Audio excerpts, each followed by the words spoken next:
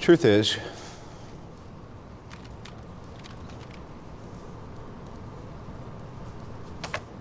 I am Iron Man. Hello, everyone. Thanks so much for joining me here today as we get to talk about one of my favorite subjects, comic books.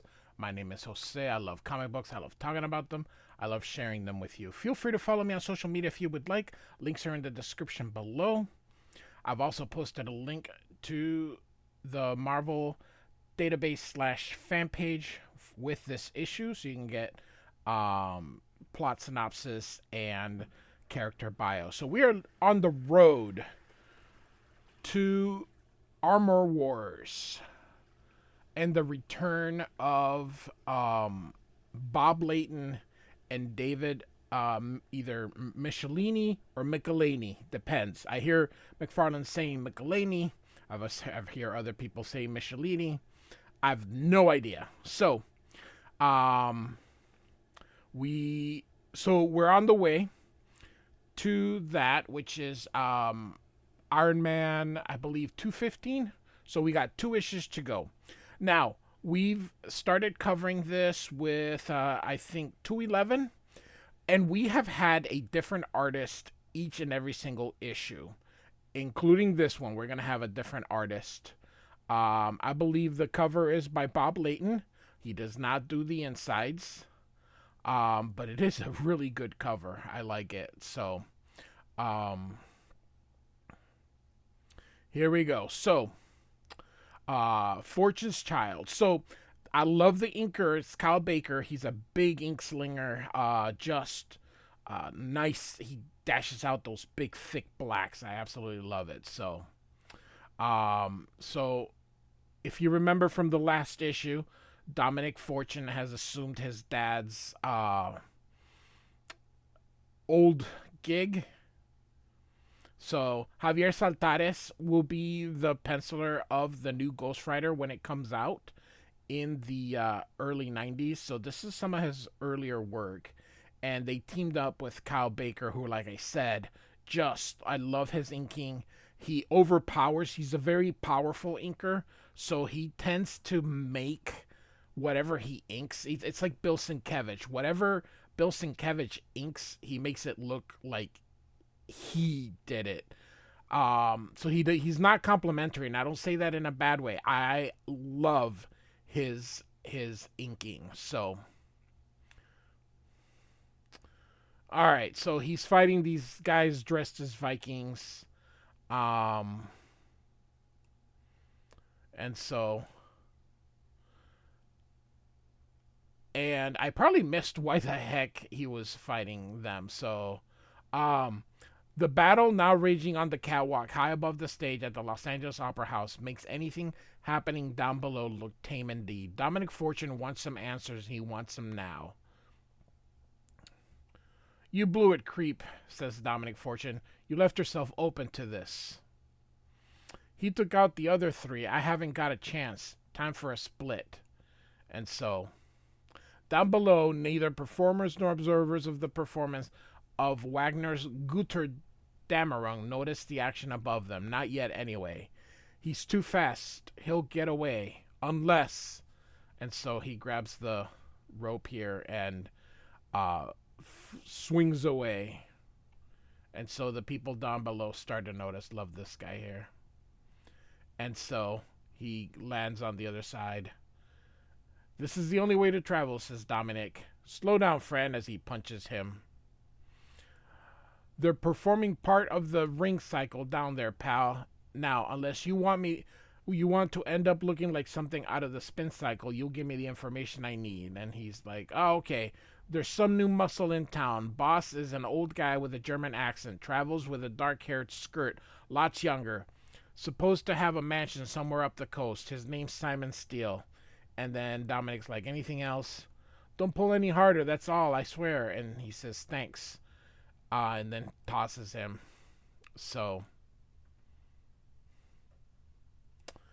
And now he's several miles away.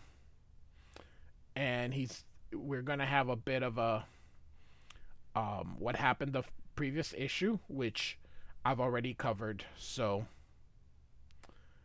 anyway, I realized a lot of things suddenly, like the fact that Pop's career as an adventurer wasn't just a folly, that had meaning. But he wasn't crazy, but noble. And I realized that I had a duty to assume the mantle of Dominic Fortune and to track down whoever hired the monger to avenge my father's death. And off panel, you see here it says, "No, Jerry, it's not your job." And he goes, "Who?" And it's Clytemnestra, or Cly for short. "Right on target, or did you forget you asked me to meet you here? Jerry, whoever had your father killed, they're in the big leagues. They're not fooling around." And Dominic says, "Neither am I. The past few days you've been racing all over LA like a crazy person, terrorizing people. Hoods, Cly, like those extras in the opera creeps with underworld connections. You haven't been hurt yet, Jerry, but your luck won't hold forever." And so he says, "I'm not going to stop until I get the guy that ordered my pop killed." So, and so she goes, "Jerry, we've had a lot in common. I've been so confused trying to find the meaning in my brother's life after he was murdered by Obadiah Stane, but I didn't go out to avenge myself on his killer." And he kind of smacks her hand away as she was reaching for him. "It's not the same, Clyde. You didn't spend your lifetime ridiculing and ignoring Morley like I did with my pop. I made a lot of mistakes to make up for, and I can't be delayed. I've got to go. I'll call you." So, and it says later at the temporary headquarters of one of Southern California's hottest new electronic companies. And so that's it, Tony. Put some elbow grease into it. I'm giving it all I've got, Jim. So we got Jim Rhodes and Tony Stark in there. "But this aloe I've concocted is even stronger than I thought it'd be." Love the inking. I don't know if on the white I would ink it so much, but definitely love the rendering. Man, Kyle Baker, love it. So Jim Rhodes says, "Maybe, but it looks like it's still no match for your new armor." And Tony says, "No, but it should be fine for reinforcing our space station's constructions." "Tony, what are we actually going to do if Cly actually decides to quit the company, to give up science altogether?" And Tony says, "We'll try as hard as we can to convince her. Otherwise, if we can't, we'll just have to replace her as best." And then she comes in. "Tony, Jim, Cly, have you come back to stay?" Tony asks. "I still need more time to think. Right now, I need some help." And Tony says, "Name it." "It's Jerry Fortunov. He's been running around in his father's old costume trying to track down Dom's killer.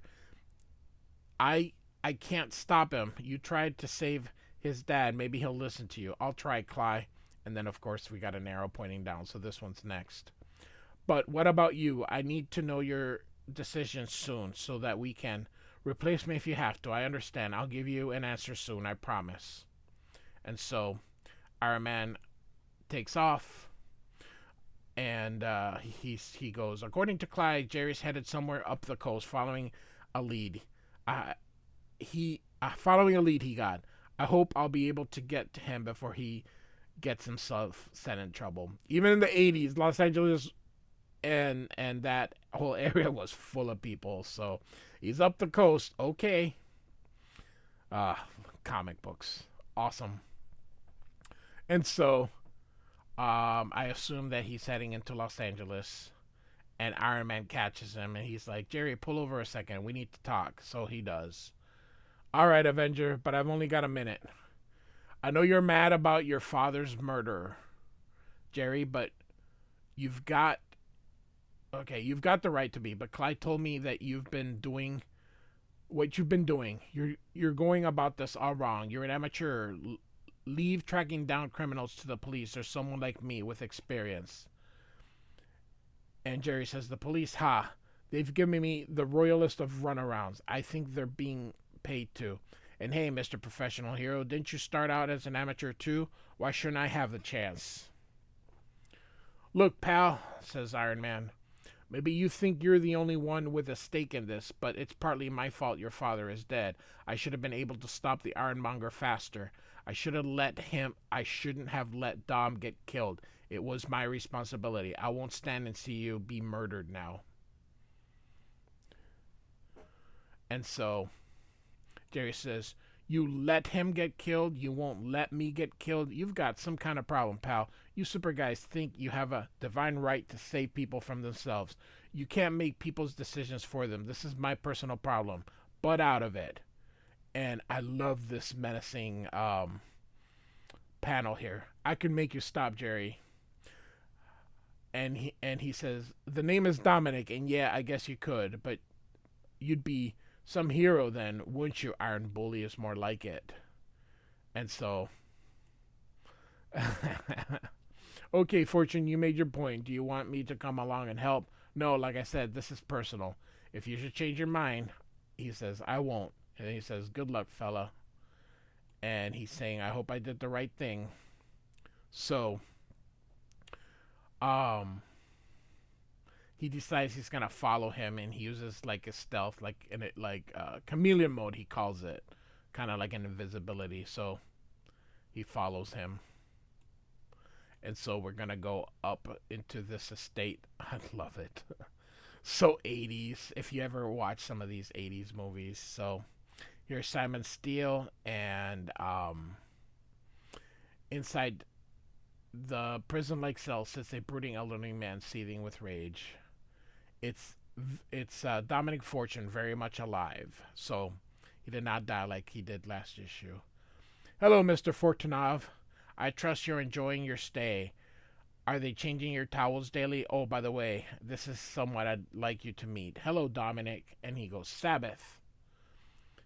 And Dominic Fortune had dedicated his recent life to searching for Sabbath Raven, the woman he had loved when he was young. He never expected to meet up with her this way. "It can't be. You're still so young. Why not test me, Dom?" Right. So David Fortunov asked the woman questions only Sabbath Raven would know the answers to. And, right, you got him all right. Of course, Dom. Why wouldn't I? But if you're you, then what are you doing here with Steel? He's our old enemy. A lot happened in 45 years, Dom. Maybe if you'd tried to find me years ago when we were younger. And, what I mean, we were younger. She's still the same age. "Yeah, I know. I regret that all my life. My life, Steel. You wanted me dead, sent the Shocker and the Ironmonger after me. Why am I alive now?" And so Steel says, "You shouldn't be. The Monger's repulsors were weakened in his battle with Iron Man. That and the bulletproof vest you were wearing saved your life. The doctor was in my employ. He arranged to have you brought here and to provide your family with a corpse they thought was yours. Why, Steel?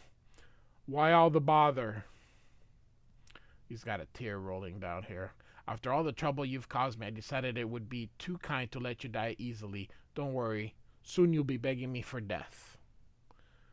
And so Steel asks Sabbath if this device is ready. She says, "Yes, Simon. I've worked the last bug in the system. We have integrated into that console a device that scrambles the functions of any other electronic device I choose within a radius of 100 miles.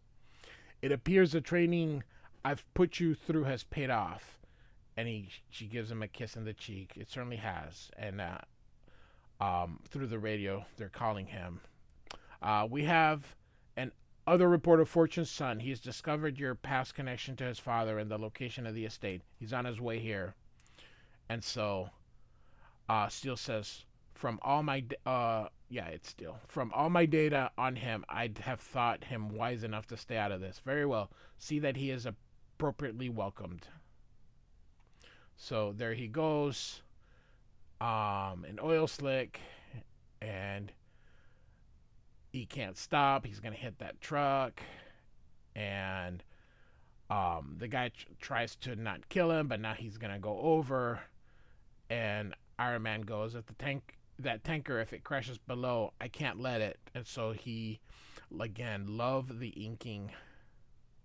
He's Kyle Baker's a bit of a messy inker. He's an artist himself, but a lot of the work he did was inking, and like I said, it's very, very strong.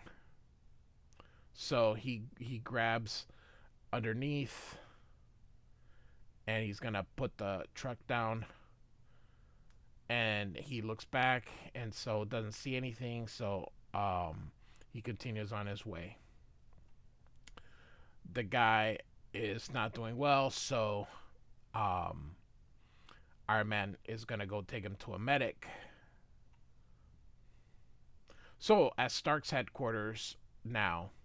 Sorry I couldn't get you, Clyde. I need some advice, but I can't wait anymore. I'm going to follow that lead I'm going into Steel's mansion. If you don't hear from me in 24 hours, send help. So she's listening to a message in her answering machine from Jerry. And she's like, I just missed Jerry's call by a minute, and it sounds like Tony never found him or couldn't stop him. But I can't raise Tony on any of the armor's frequencies. They all seem jammed. Maybe Jim. So she leaves a message for Jim. So she's going to go and try to help Jerry herself.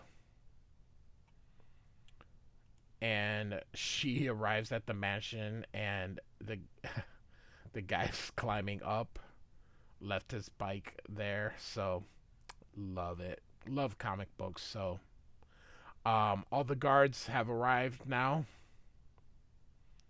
So they're gonna put him in the room where his dad is, and they like, the room's empty, and there's a note saying "So long, suckers," and they're wondering how. And then he was above them and punches this guy, and Jerry's like, Dad, you're still alive, and you're my old duds. What's going on? Well, we'll exchange stories later. Right now there's a score to settle. And then of course with Simon Steele. So they decide that they're gonna go take care of business. So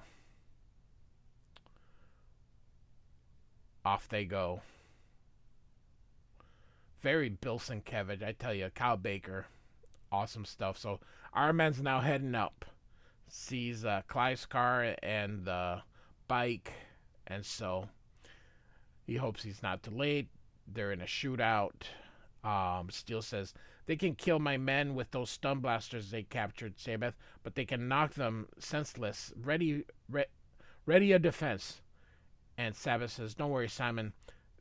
They've been firing those things so rapidly, it's just a matter of moments before the blasters run out of power. So, but Iron Man is there now. So Iron Man's using his his unibeam, sorry. So he says, surrender, Steel, there's no place to run. And Steel says, there's no need for me to run, Avenger. Sabbath, I've just finished punching the program. Now, Simon, the Scrambler's in operation. What are you talking about? And of course he's like, oh, he's losing my power. I'm immobilized. Can't even stay aloft. So he lands down, and the other two fire. He sees this guy's about to kill his dad. He gets his dad out of the way. He gets shot. That was Steel. And he says, Steel, I don't need a lousy Flash Gordon popgun to take care of you. You're going to pay. And Steel's like, unhand me. So, Steel, I'm an old man. I've cheated death more times than anyone has a right to. Don't you even know what's keeping me standing up right now? But I know one thing. You killed my son, and I'm going to kill you. You fool. I have all the answers you've been seeking. Then I guess they just die with you. This guy is like, gotta save the boss. He'll reward me big if I... And all of a sudden, from behind, boom. And he notices now his son's alive, and he yells at Sabbath now while he's distracted. And so all these people kind of shoot at him but miss him. And so Iron Man notices something's going on in the control booth, and it's Clyde fighting Sabbath. I had a feeling I'd be needed more than guard duty. Good thing I decided to act on my hunch. Watch it, girlie. Let someone who knows what she's doing operate this little toy here. Iron Man, I think I can figure out how to work this thing and free you. Hang on. And so she hits the button and frees Tony. He thanks her. So, come, dear. While Iron Man plows through the cannon fodder, we can disappear through our private exit. And so they realize that Steel is gone, but she's like, Jerry needs help. And so um, Jerry says, it was the best thing that ever happened to me, Dad. I never knew who you really were, where I really came from until I put the suit on. Then I knew. And I'm just grateful that even for a short time, I was able to know what it was really like to live, to be Dominic Fortune. And Jerry passes away. So at LAX, they're bringing the body of Jerry. So Iron Man tells him, according to the information he was able to access from Steele's computer, the Sabbath that Dominic saw wasn't the real Sabbath. She's the niece of the woman that he knew, the daughter of Sabbath and of Steele's brother. And so Dom says that's how she knew so much about me and her mom. But where's the real Sabbath now? That wasn't on the computer. I'm sorry, Dom. There's still a lot of pieces of the puzzle missing. I'm back to square one, but I'm going to find Sabbath. I'm going to find Steel. He's going to pay for my son's murder. So, Clyde, where to from here? And she says, look, Tony, since my brother died, I've been all mixed up. I make decisions one minute, I make them the next. I've got to be tougher than that. Jerry's death has convinced me that there are some things a person's got to do, no matter what the cost. Tony, I'm going to stay with you and Jim to the end. So, all right. So, that concludes our issue here. Iron Man 213. Like I said, we're on our countdown to the return of Bob Layton and David Michelini / Michelini, however you want to pronounce it. So, like, follow, and subscribe. Thanks for listening. Goodbye.